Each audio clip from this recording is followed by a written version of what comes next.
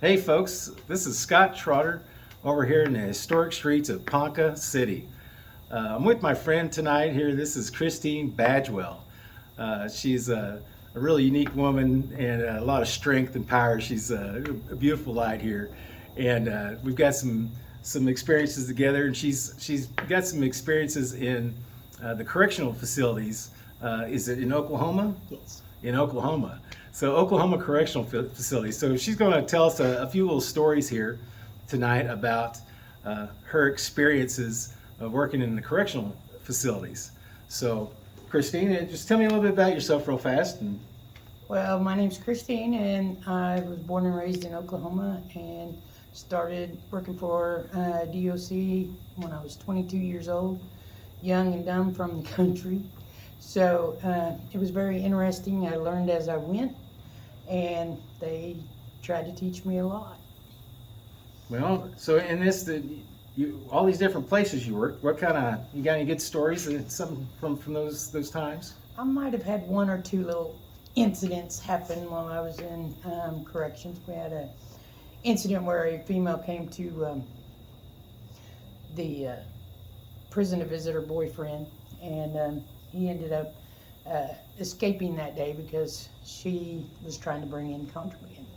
So I was also on the emergency response team, so we went chasing this guy, and it took us to Oklahoma City.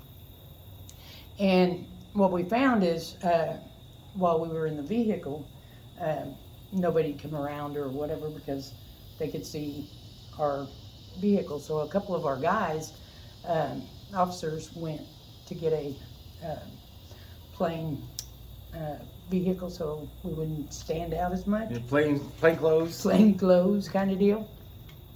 Well, as soon as he left, the guy was watching us. So he ended up deciding that he was going to come into his girlfriend's house, which is where we were stationed. And it was the first time I ever had to draw my weapon. Oh. And it was kind of a scary little situation. And he ended up giving up and going back to prison and all that good stuff. And we kind of asked him, why'd you give up so easily, you know? And he said, because there was a crazy woman, and he named my friend, the buddy I was with, working. He said, there was no way I wasn't giving up because I knew y'all'd shoot me. Oh. But it was kind of cute. So he wasn't talking about his girlfriend being a crazy woman. He's talking about... No, he's talking about me. He's talking about you. Me and my buddy. But then we had to sit on the front porch waiting on our vehicle to get back because it was back before cell phones and all that stuff. So they had no idea. We just captured the inmate, but it was kind of cute. Oh, you couldn't page nobody or nothing? No, that was long before then. So it was an experience. It was my first time. He was hiding in the woods or something? He was hiding. We were in an apartment building, and he was close enough to where he could see we were there. Yeah. He didn't want to go up to his girlfriend's house while we were there, but then when he saw the vehicle, he thought we were gone too, and I was like, oh. So it was instant, it was quick, but that's my first capture.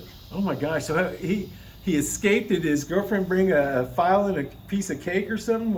It was a minimum security yard, so he just jumped the fence. Oh, he just jumped and ran. Yeah, and ran, and she waited on him down the hill, and we found out whenever we did count that day, and since I had seen her and met her, they wanted me to ride along, and we rode along. And we ended up catching him within 24 hours. Then. Oh wow! It was kind of been interesting. That is interesting.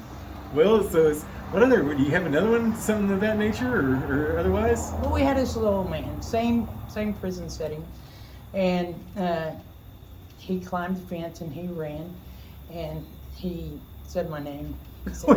He said, Lieutenant, after we caught him. Oh. He said, Lieutenant, there's 7 rivers out there. And I said, no, buddy. There's one river. You just crossed the sucker 7 times? That was kind of a comical one. Yeah, that's funny. There's 7 rivers out there. No. No, sir. There's one. You just run in circles out there. And that's the good part about it is they didn't know where they was. Oh, yeah? So it was easier to catch them, but it was comical. Well, I hear if you have like a gimp leg, and you're walking, you'll just sit there and do circles. You just walk in circles. Well, he probably did circles. Oh, very interesting. So now, you always hear stories about like weapons and stuff. I mean, shanks. I've seen collections. People have had, I've seen collections of shanks that they've gotten at these places. Have you ever come across that kind of Oh stuff? yeah, we used to do shakedowns all the time, and they're very, very creative individuals. They make stuff out of toothbrushes and. Like, what's some of the wildest shanks you've seen? Dang, that's taking me back a little while. Toothbrush.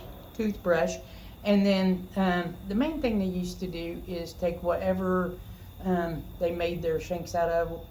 Some of them would like wrap them around their wrists, so that if they started hitting somebody, they wouldn't fall off. So oh, really? It was. They strapped it on there like Wolverine, huh? They was ready to go. Oh my gosh! But it was interesting. Yeah. I learned a lot. So how many years did you do that? 16. 16 years. Mm-hmm. And you're still in security? Yes, I am. Excellent. I know nothing else. Security is my world. Well, that's awesome. And from my experience, you are quite gifted at taking care of the business. So, Well, thank you. well, I want to thank you very much. This is Christine Badgewell here in the historic streets of Ponca City, and we're talking a little bit about our histories and sharing these histories that we all have, and they're all unique. And I just thank you very much, Christine, for sharing that story, and we're just going to share that out in the communities, and just thank you, and keep working and keep securing. Thank you for having me. So thank you very much. All right, we're going to go peace out, and we're going to do a little more work tonight and see what else we can capture. All right, see you guys. See ya.